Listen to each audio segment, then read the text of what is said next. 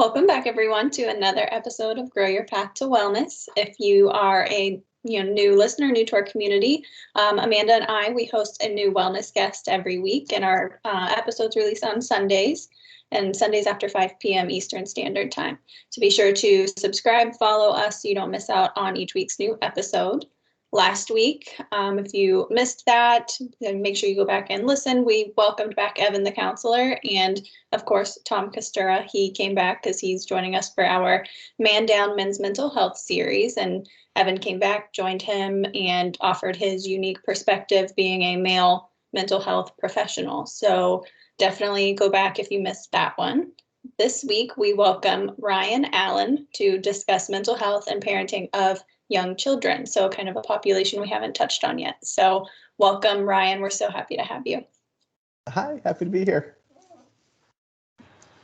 Ryan, I am so thankful to have you here. I am, as of today, 4 weeks out from my due date with my first little one. So Yay! I definitely appreciate not only for, with working with my clients and other people, but I so appreciate, Kelsi, we forgot to say, Ryan's another person that we found on TikTok because we just love the TikTok community.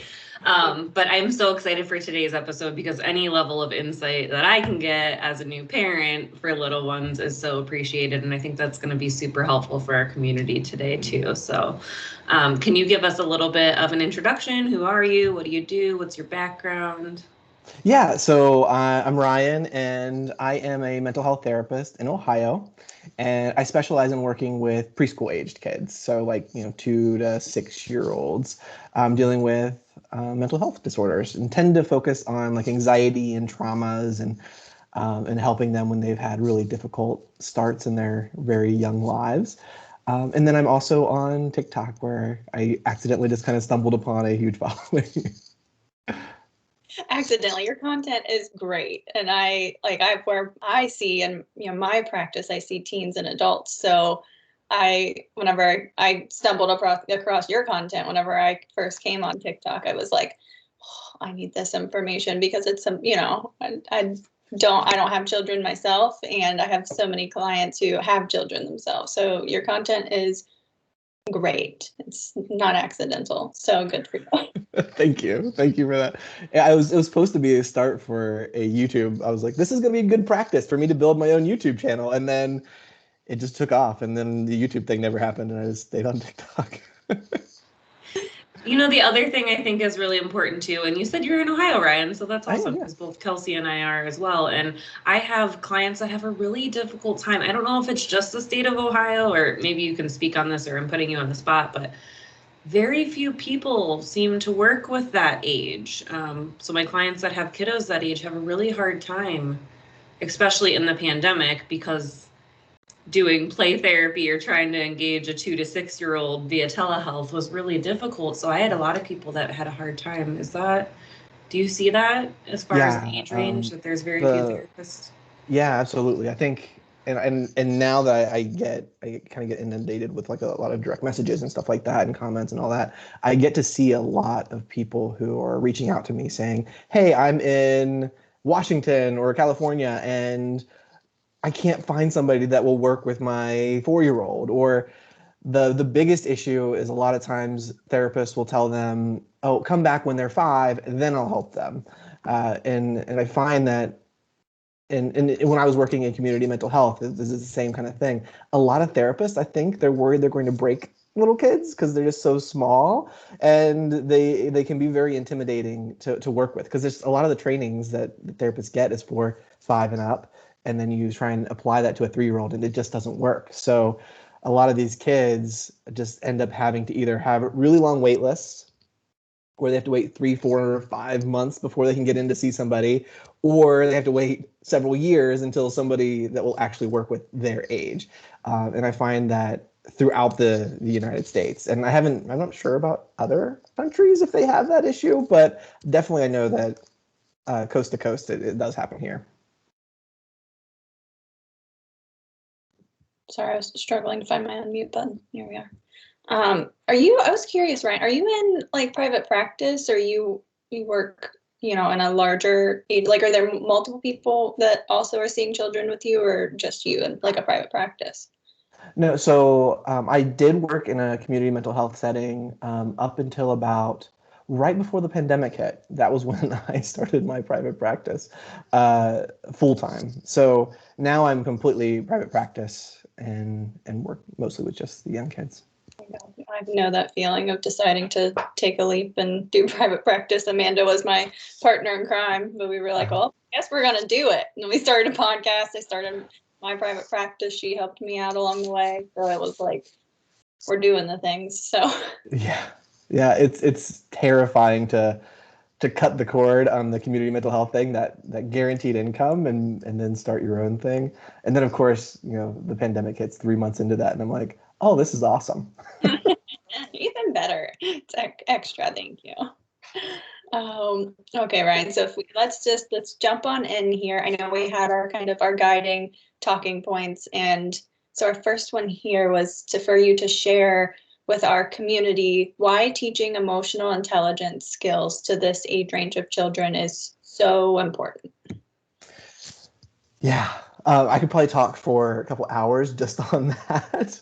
I think in the general thing that I see with young kids and in preschools and with parents of preschoolers is we're more and more focused on the academics, right?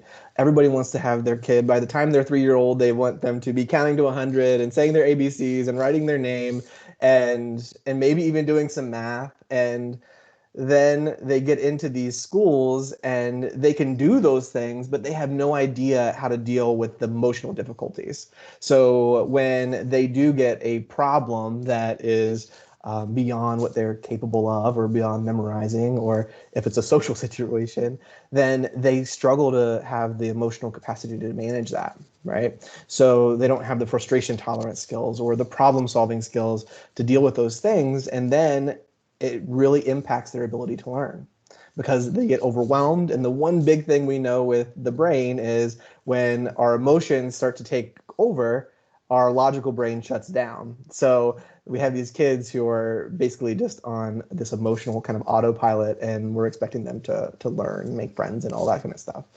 So if we can get these kids to learn how to deal with their feelings and learn how to name them, and a big part of that is also how do I get along with other kids, then that builds a foundation for them to be more successful, not just in preschool, but throughout their entire lives. And I think that is why it's just such an important thing. I was just picturing, sorry, Amanda. And I was picturing, like, as you're saying these things, I feel my brain like building a timeline like for humans. And I'm like, how much, like the world's difference that would make if we're putting humans out in the world with these skills, because I fast forward to me seeing them, how I was saying earlier, me seeing them as teens or adults.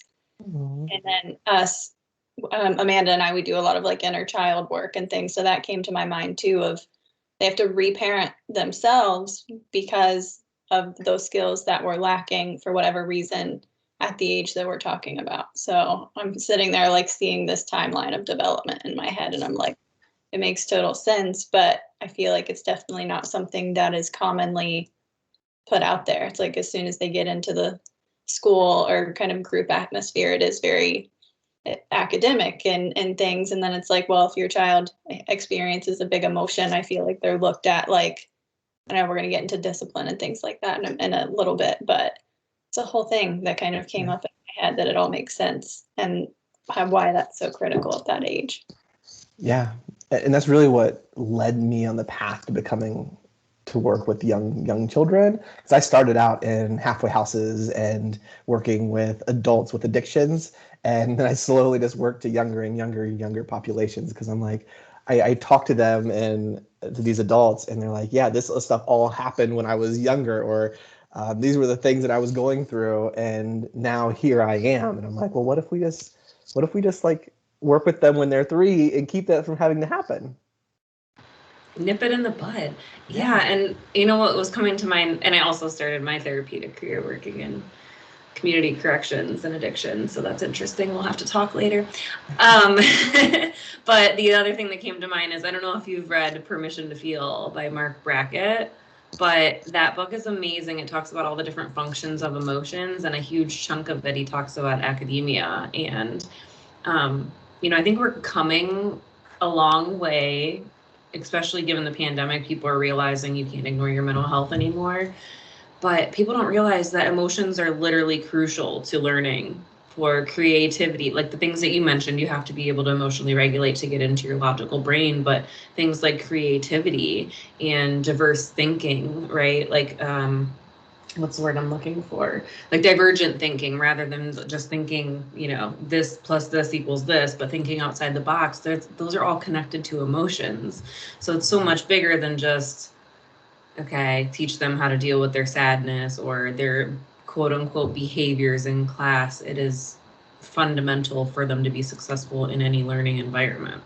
Absolutely. And it's beyond just how it helps us in these settings, right? It's a big part of how do I interact with other people. And if you want to look through the world right now and see how people treat each other, you can see that developing this ability to be able to regulate and understand the emotions of other people, which in order to be able to do that, I need to understand my own emotions.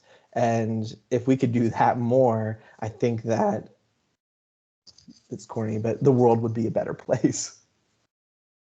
I was thinking the same exact thing. You don't know how often I preach to my husband. I'm like, if everybody would have been able to go to therapy, or everyone was taught emotional regulation as a kid, what would the world look like now, Yeah, that's my mission.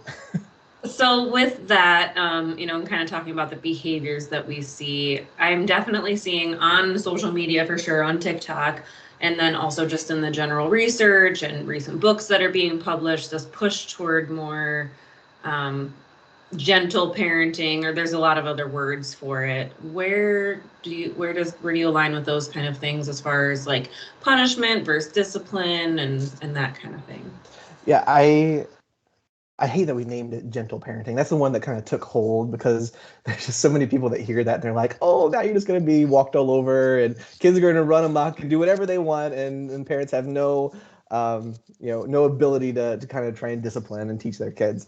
And because of that, it really keeps a lot of people, I think, from entering the whole philosophy. So I think, yes, I tend to really coach a lot of those things about, discipline instead of punishment. I think and punishment tends not to work just because it's very in the moment. It creates a lot of really intense anger, and it really creates more problems in the long term than it does teaching. Discipline is all about teaching. It's all about, all right, look, you're hitting your friends, but let's figure out why you're hitting your friends, figure that out, solve that, and then you won't need to hit your friends again. And whereas punishment would just focus on the hitting, right? So discipline focuses much more on that deeper level and parenting. It's a lot harder for parents to do, a lot harder than, even my own parents. It would be more like, they might yell or spank or whatever, right? And they would solve that problem in the moment, but there's no learning going on there. And the first thing that came to my head whenever you said how it's a lot harder for the parents to do, on the discipline side of things.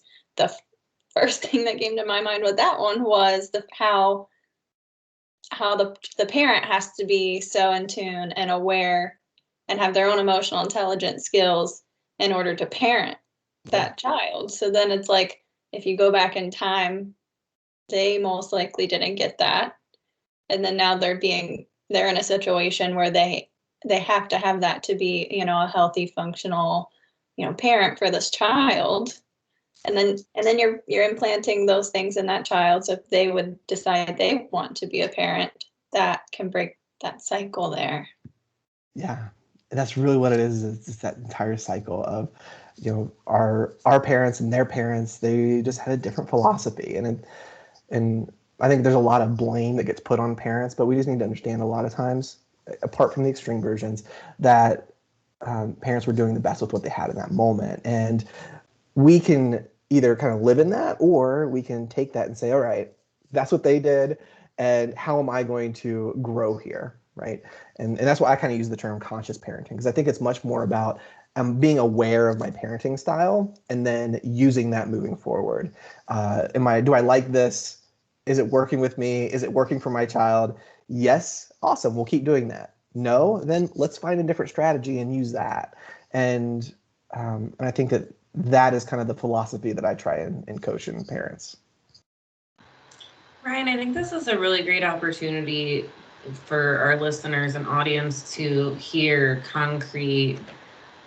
And I know I'm putting you on the spot, so take your time and or tell me, no, Amanda, I'm not going to answer that. But between discipline and punishment for the everyday parent out there that doesn't know what that looks like, are you able to give some examples of like a behavior or an emotional dysregulation that's common that people might see in their kids, and then what a typical quote unquote punishment might be a automatic go-to versus how that could be, disciplined?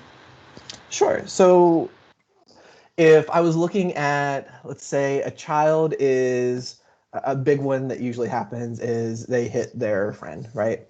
We'll say that they're in a preschool classroom and they go up because they want to play with a toy, but another child is playing with it and they reach for it. The kid says no and pulls it away. So they get mad and they hit them, right? So the punishment there would be like, you are not allowed to hit, go to timeout, or I'm going to yell at you, or you're not allowed to play with that toy anymore. Okay. And again, it just focuses on that moment. It just focuses on the hitting. But if we go a little bit deeper, we can see that the reason that the child hit is because they couldn't manage the frustration of being told, no, it's not your turn. They don't have the skill of being able to wait, and they need to learn how to do both of those things. So I would, after we manage the hitting, we would take them as part and we might start teaching them. So it might be that I just talk to them like, yeah, you were really mad when they told you no, you couldn't have a turn with the train. And then they would answer, okay, when people tell us no, like when you're playing with a toy, do you have to give it up? And you can start to help them develop some empathy. Also, let's practice. Let's pretend that you're playing with a toy and I'm going to ask for it and you tell me no. And then what should I do while I'm waiting? Right. And then we start teaching. So in all of this stuff, we're managing the core issue. So the next time, ideally, and it's going to take several times of this, like a lot of times we get this mentality that, oh, I've taught them, now they need to do it 100% of the time, all the time. But it's going to take consistency to get them there. But now we at least have some sense of, all right, next time this happens, at least maybe I planted a seed and it might happen. But it might take, 10, 15, 20, 50 times before we get to a point where they actually stop themselves before they hit. You think you work in, cognitive development, at that age and things. So it's definitely what you're doing. You're creating, just like you said, that foundation for, and you can bring those past do you feel like, is it effective to bring up those past experiences? I'm sure it's all on how you do it, but to, with that child and say, hey, do you remember this one time? Do you remember how we handled that? Or would that be a yes or no thing? Yes and no. It depends on the child. Also, a lot of times I think the biggest struggle that I see that parents have when they're trying to do this stuff is they try and do it too soon. So when kids are really at the height of their emotions and we're going to try and enter this logical conversation of, well, when this happened, how did you feel? They're like, I was pissed. I was mad. And you're like, yeah, you were mad. Now let's talk about how you should deal with that in the future. No, we're not ready to do that yet. And it's the same thing that adults do, right? When we have an argument with our spouse or whatever, we're really mad and they're like, hey, calm down. Let's just talk about it. I don't want to calm down. I'm really mad at you, right? And with kids, we need to make sure that we've entered a place where their logical brain is turned back on, and then we can have those kind of conversations. And for some kids, that might work. For some kids, bringing it up again might just elevate them. And in that case, I probably wouldn't do that with those kids. I would do just a non-related like game. I would have a toy out and I would say, all right, hey, can I have a turn with that toy? And have them play it out and practice and model waiting.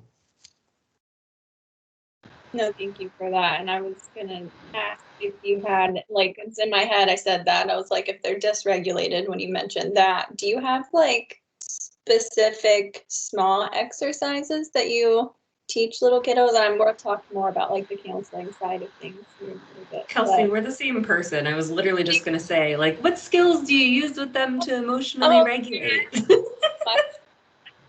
Them.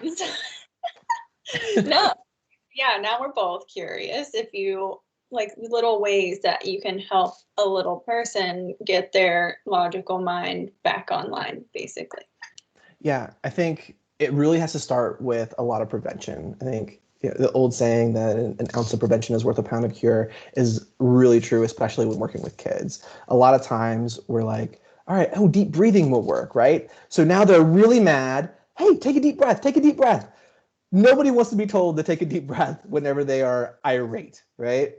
And if you want them to get to a point where they can take a deep breath, they need to have practiced it multiple times during calm times before it ever happens. I used to have a boss who said, what was it? He said, when emotions are at their height, you do what you've been trained to do, right? And if you haven't been trained to do anything, your instincts are going to take control. And that is very true with young kids because they get mad, their instincts take control. The instinct is to hit, so they hit. But if we've been practicing before that, then they might be able to take that breath. They might be able to recognize their emotion. They might be able to say, I'm mad, I want that toy. That's what we want them to do. So a lot of it is in the prevention. And the things that we should be focusing on are a lot of these calming strategies. There's multiple types of deep breathing strategies you can do.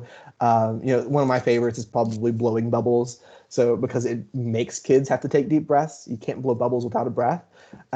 Especially if you want, my big secret weapon is scented bubbles, because then they breathe them in and then blow out, which is another strategy a lot of people do, like the candles and pizza. So you smell the pizza and then you blow out the candles on their finger. So there's multiple types of deep breathing things you can do. I think talking about kids' degrees of emotions is really important. And preschoolers are able to start understanding that I can be a little mad, I can be medium mad, and I can be really big mad. And you start having that kind of language with them is really important. Because then if we can be aware of ourselves when I'm getting big mad, then we might be able to try and take ourselves down to middle mad, right? And that's, when we talk about problems, which is whenever a kid won't share his toy with me, there's like 3 types of problems, right? There's the main problem, which is I can't have the toy. And then there's the emotional problem, which is my emotions are now at enraged and I can't solve the real problem. So managing that real problem, that emotional problem, is a really important piece there. And then I think a big piece of it is, as you were saying earlier, Kelsi, is parents need to be making sure that we're modeling how to do this stuff too. So a big piece of it is, am I talking about my emotions in front of my kids? Am I modeling how I'm taking care of my emotions? A lot of times parents think I have to be this like emotionless robot in front of my kids. I'm not allowed to share anything.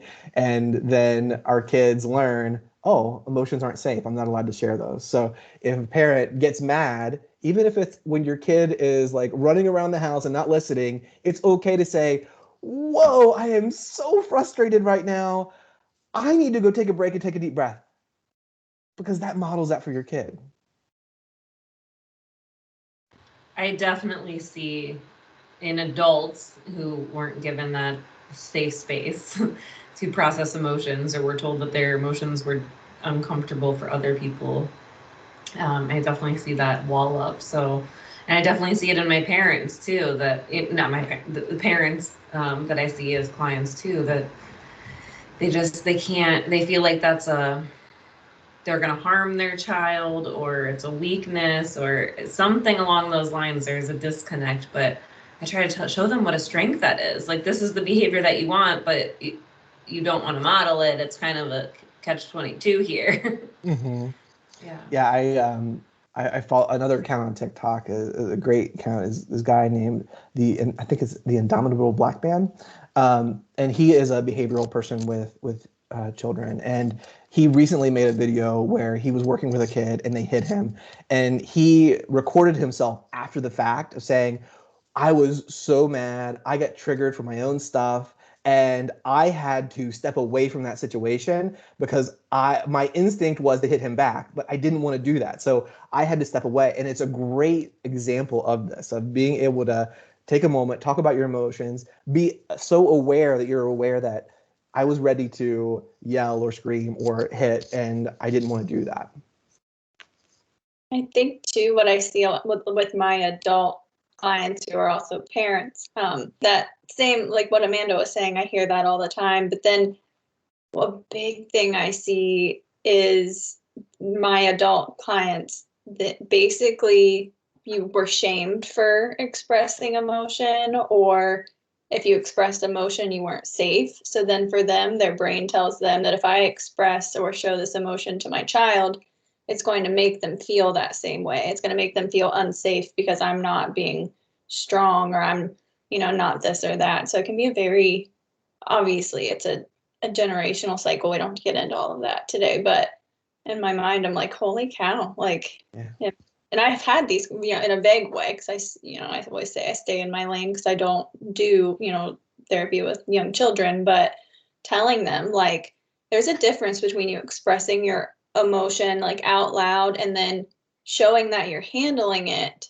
That's different than expressing the emotion and putting it on the child to handle.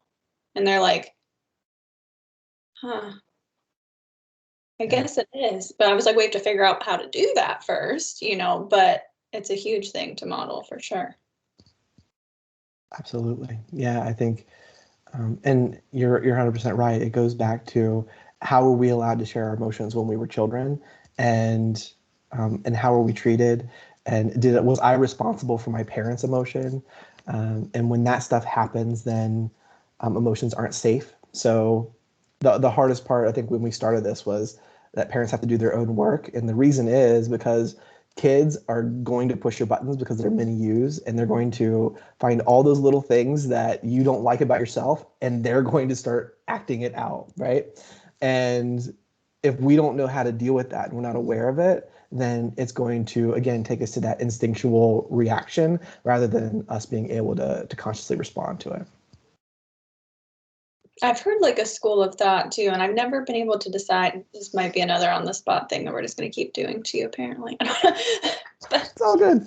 People say like, and I could see, I can see it for sure that, for kids, they have these people in their life that they feel safe with, so they feel safe enough to experience big emotions with you or something along that line. And I could see the truth behind that and things. It's like it could be a good thing if a child, obviously they can't regulate to determine how big an emotion is going to be, though, is where I see it. But it's like it can be a positive thing, for your child to have that space with you, basically. Yeah, I think my goal is that all children are able to have a place where they're allowed to express their emotions in a safe and healthy way. I think we also have to separate emotion from behavior. And that's one of the big things that I think people kind of get lost in is, well, I'm not going to let them hit me. Well, hitting is a behavior. That's not an emotion, right? I hit because of the emotion, but we can handle those two things separately. And like, there's a lot of different ways of helping kids say, okay, you're allowed to have this emotion. We're not allowed to do this behavior with that. I feel like that helps uproot so much shame tied to emotion by saying like, yeah, that's valid. We have to address it, but the emotion is okay. Mm-hmm.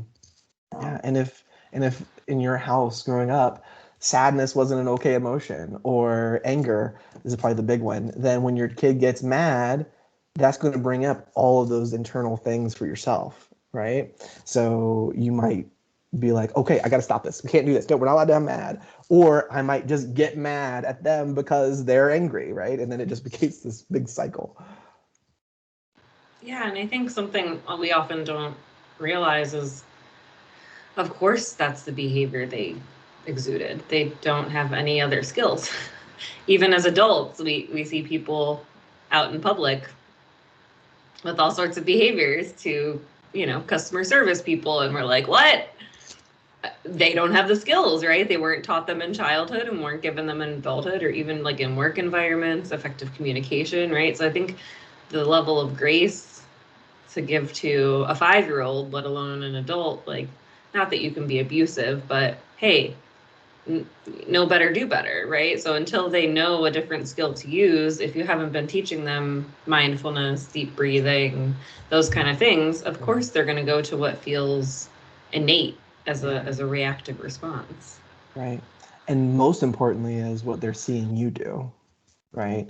I think because young kids especially, they learn so much from watching rather than what we teach them. The old adage, do as I say, not as I do, does not work with children in general, or anybody really, especially not with young kids. It's like if you play a game with them and you're like, if you're watching me on camera, I'll do the thing and then I'll do it differently. So if I say, put your hands on your head, and everybody puts their hands on their head, right? And then I say, put your hands on your shoulders, and I put my hands on my shoulders, and I say, put your hand on your chest, and I put it on my eyes.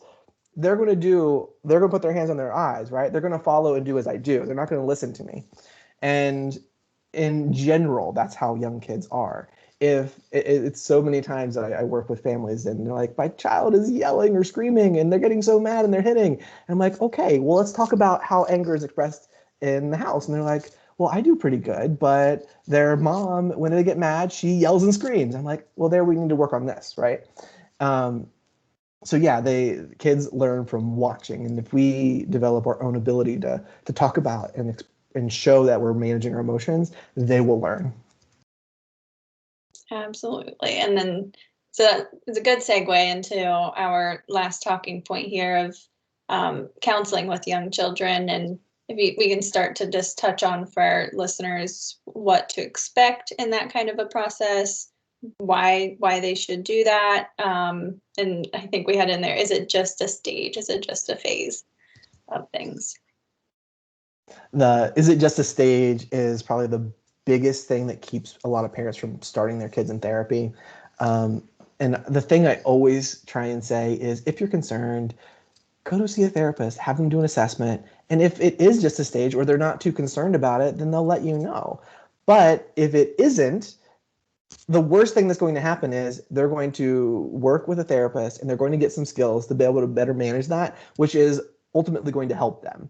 Now, if we're dealing with like trauma and stuff like that, yeah, there could be some of the negatives there that we have to watch out for as far as, things can get worse before they get better. And then there can be like stigmas if we had like some of the big diagnoses on there. But with young kids, there's very few times that we throw the big like bipolar disorder diagnoses on there.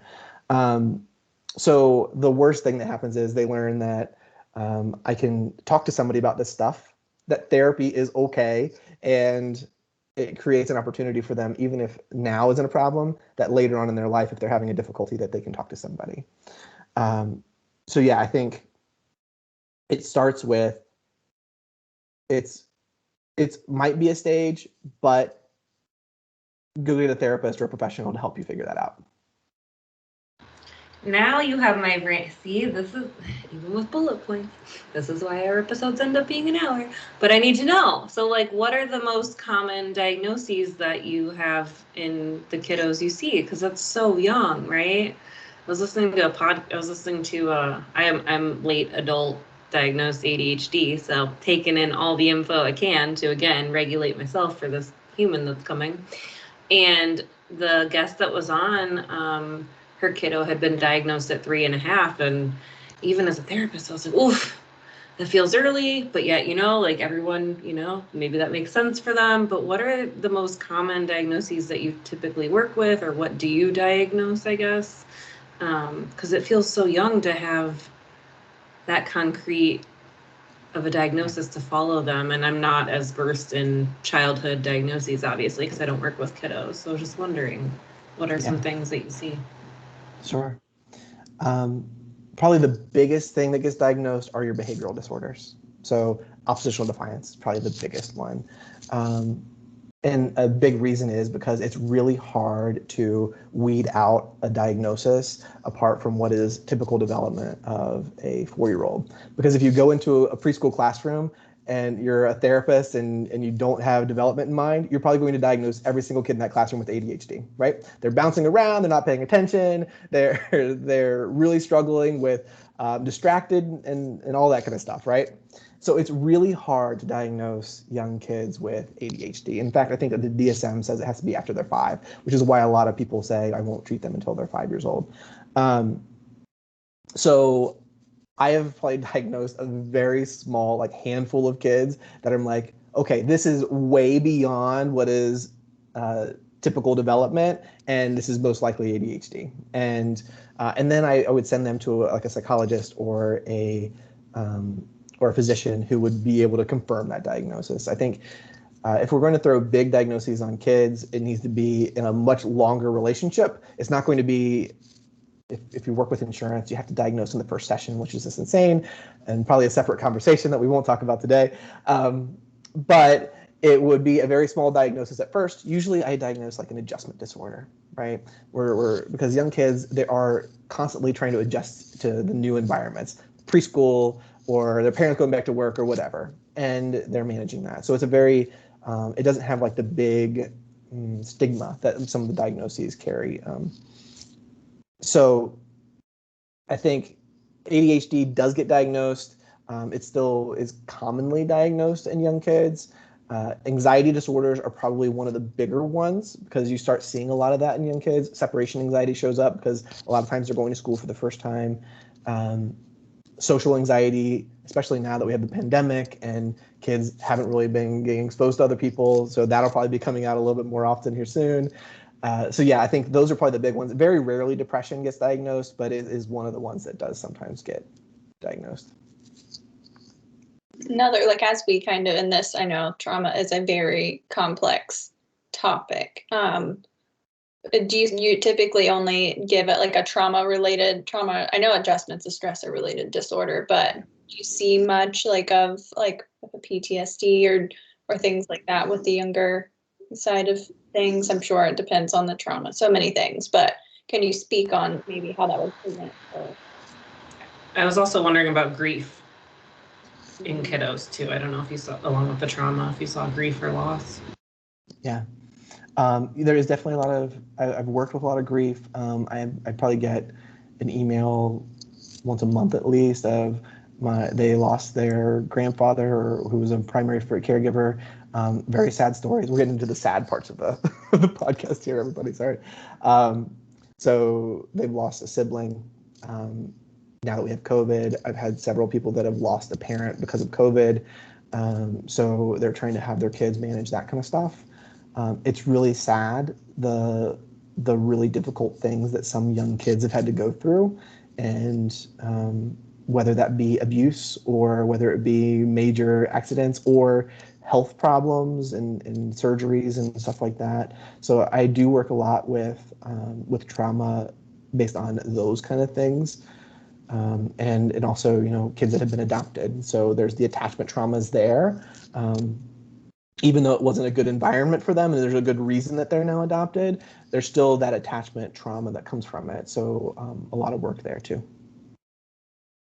And one last talking point though it's been in my brain since we got on this part is, and you don't have to touch on it much, but do you get parents, you probably get a wide reaction from parents, like whenever you're sitting down, because when I work with teens, it's inevitable. It's a package deal to work. You don't just work with the child. Like, that's not a thing when we do this. Like, so I was wondering, kind of your perspective or kind of your experiences and things with working with the parent aspect and the counseling portion of this topic. Gotcha.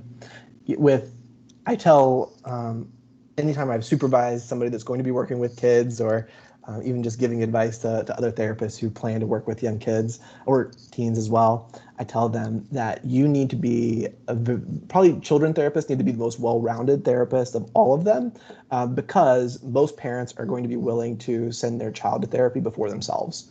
And you're going to see parents that are dealing with depression or anxiety or bipolar disorder.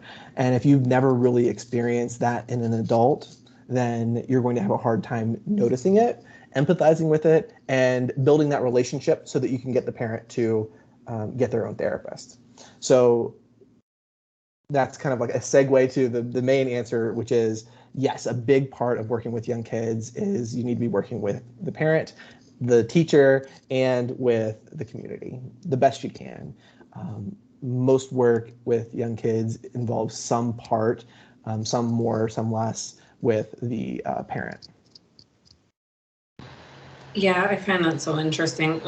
Yeah, they'll bring their child to therapy, like fix my kid, they're the problem, but of course they don't have the insight to say how it's contributed to via them. So I actually came across another TikTok therapist that works with kiddos, and I asked him about his approach for that, and he kind of said, like, right at intake, I just let them know, like, this is a family problem. I'm not only gonna, hone in on your kiddo, like, you're gonna be a part of it, or I'm not the person for you. And I just totally appreciated that, because I think a lot of people get so far into therapy, or a therapist allows a kiddo or anyone to get so far into therapy and then realize that the parents aren't willing to, or whatever it is, and it's not working, and now there's a relationship. And so that setting those expectations from the beginning, I feel like, is probably super helpful too.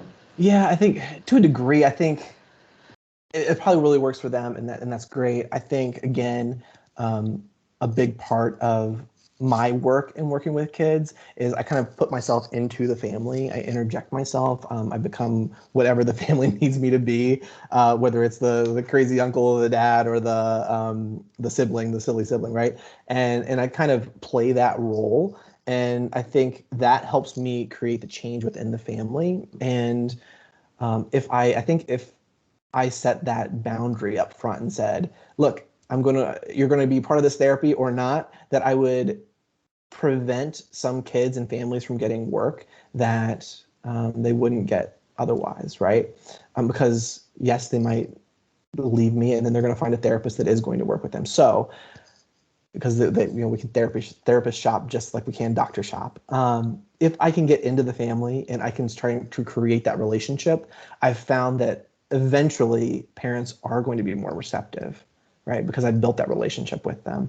If I just did it through a vacuum, though, and I was just like, okay, the kid's going to come back, I'm going to work with them, I'm going to send them out, say, hey, therapy went good, and then we're done, then it's not going to happen. But if I'm pulling them in and we're like, even if we're just talking about specifically what's going on with the child, because yes, you're right, a lot of times it comes in, it's fix my child. If we are talking about in the context of, okay, this is what's going on with your kid, there's still me bonding with their parent, which is eventually going to be something that I can kind of adapt into change. I like that. It feels less, use the word confrontation. That's what I'll use. It feels less confrontational, instead of making them feel like you're looking at them and you're saying, well, you're actually the problem. Like, it feels like there has to be somebody, the identified problem.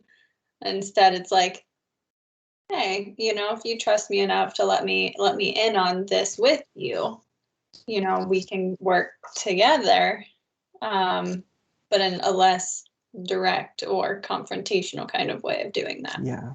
And a lot of parents their defenses are already up.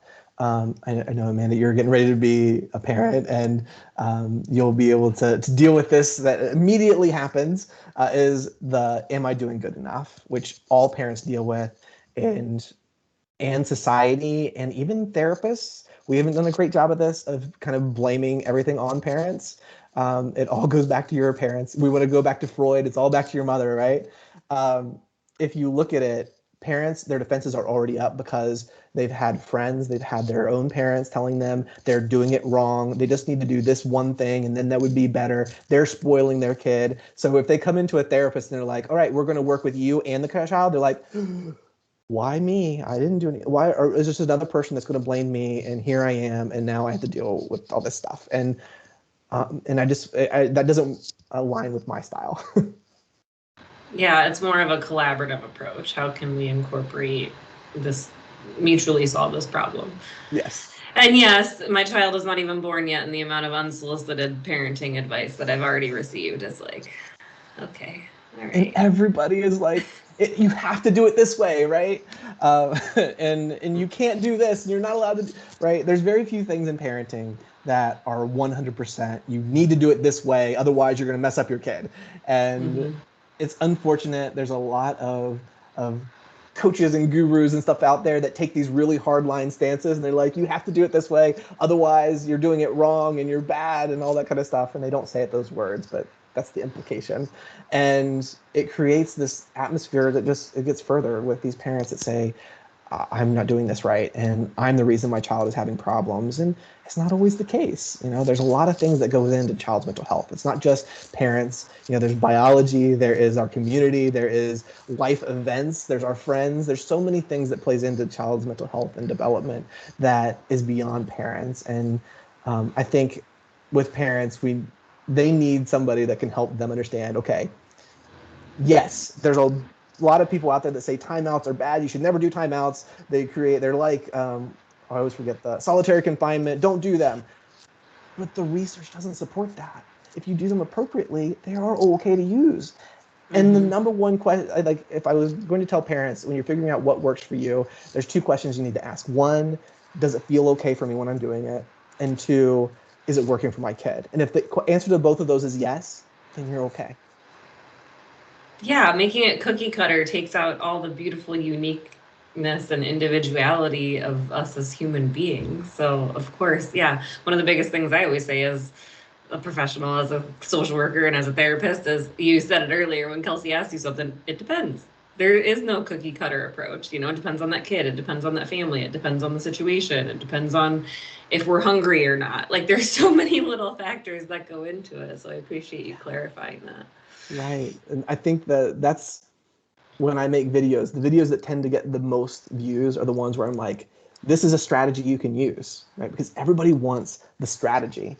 But when we're dealing with kids and with life and just people in general, it's much more about the process and understanding my value system and applying things to that than it is, this is what I do in this situation. Yeah, absolutely. It's not a math equation. No, I wish it was. If it were, I'd write that book and I'd be rich and nobody would ever need therapy again. But it's just not going to be that way. Oh, Ryan, this was so good. We so appreciate having you. I don't know how the time flew so fast, but thank you.